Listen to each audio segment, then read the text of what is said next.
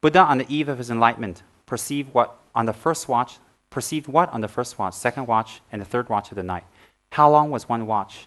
What time approximately did one watch begin and last watch end, where he became the Buddha for his time? Buddha finished his meditation to become enlightenment at the third watch, just before dawn. So if watch is 3 hours, we would have to assume he attained enlightenment around 6 a.m. approximately. Very simple. So the first watch, approximately what time did Buddha enter into his final meditations? Approximately enter 9 to 12, 12 to 3, 3 to 6. Very logical. The minute she said dawn, our watch is 3 hours, you figure it out instantly. And on the first watch of Lord Buddha's final meditation, what did Buddha realize? He perceived the karma of himself, what he created, the result, how he experienced it, and how the world and the system and the universe in relations to his existence in it and the interdependence. That's a little heavy, but everything how it's created. Himself, and we're talking about billions and billions and billions and billions of years. So in a few minutes, he can realize that why, on an absolute level, time is irrelevant. Why? We can have a 5-minute dream, but it seems like we were in that situation for 5-6 hours in our dream. We go, oh my God, that was so long. We go, oh, it's only 5 minutes, what? So time is relative to experience things when you have knowledge and wisdom, and you're using your subtle mind, as in the case of your dreams. You can see things very fast and quick, very quick. People who do meditations, you always look at them and say, oh, they're very fast, huh? They're very sharp, huh? They just know things very fast. How do they know that? Awareness. Their awareness is born in them. Very quick, very fast. So we're always amazed. It comes from effort. The second watch of the night. The second watch of the night. What did our conqueror, what did our Lord Buddha realize? What did our Lord Buddha realize on the second watch of the night? And one more word I'm looking for. I'll give you a hint. Very good.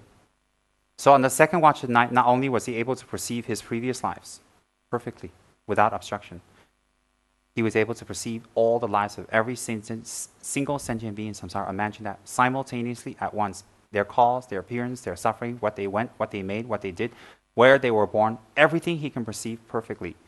And therefore, when we believe in higher levels of powers, example, a Dharma protector who takes trance and gives you advice will always be different than a worldly god.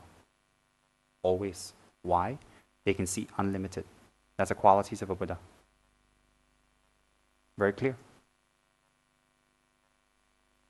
So when we consult a worldly god, the advice will always be different than if we consult a Lama's divination or a Dharma protector. Always. Why? You get short-term and long-term.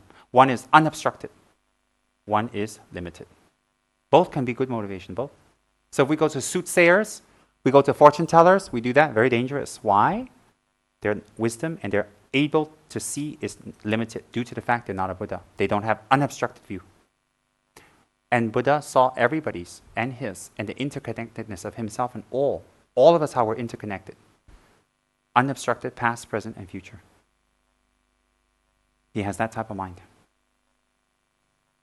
Therefore, we can take refuge. The third watch of the night, the third watch of the night, what did he realize? And in that way, when we harm each other, or we've done harm, the person we've harmed in the past, some lifetime ago. And the person we're harming now, they will harm us again. So whatever you do, it's all connected to every single sentient being on this planet. And in this samsara, not just planet. Therefore, it behooves us. It would be very wise if we don't harm, we forgive, we let go. Why? It will come back. This is not Tibetan, weird tantra made up, you may think. This is Lord Buddha himself. His realization that made him a Buddha. And therefore, we should be very careful how we deal with people, how we talk, how we damage, how we hurt, how we lie, how we help, how we love, how we do things with everybody. We must be very, very careful. Why? It will come back. And these people will come back even stronger to harm us. Even stronger and more powerful. Why? You've done something to them, the karma will manifest back. So if you're ready for that, you think now you're very powerful, you can talk, you can say this, you have a gun, you whatever, you have money, you can do whatever you want, you think. But that doesn't last. Doesn't last. Be very careful. And therefore, when we know this, we respect the Buddha and how he teaches and what we need to apply in our lives. Incredible. Incredible. That's why I say when we have a Dharma session, look how much more you learn. And when we have it together, we read, we listen, and we answer questions. It forces us to remember. And then we discuss afterwards. Look how much we learn. On something as simple as karma, which everybody, yin guo, cause and effect, what everybody explains like the end. When we get to higher teaching, oh, there's more karma, more intricate, more. Blow your mind away. But why don't we master this? How do we master this? We can repeat it? No, our actions. If our actions don't reflect the knowledge of karma, don't ask for higher teachings. Why can you go for higher teachings when you didn't even master the lower one? Mastering is not knowing and you can debate. Mastering is you are living the practice. That is mastering the teachings.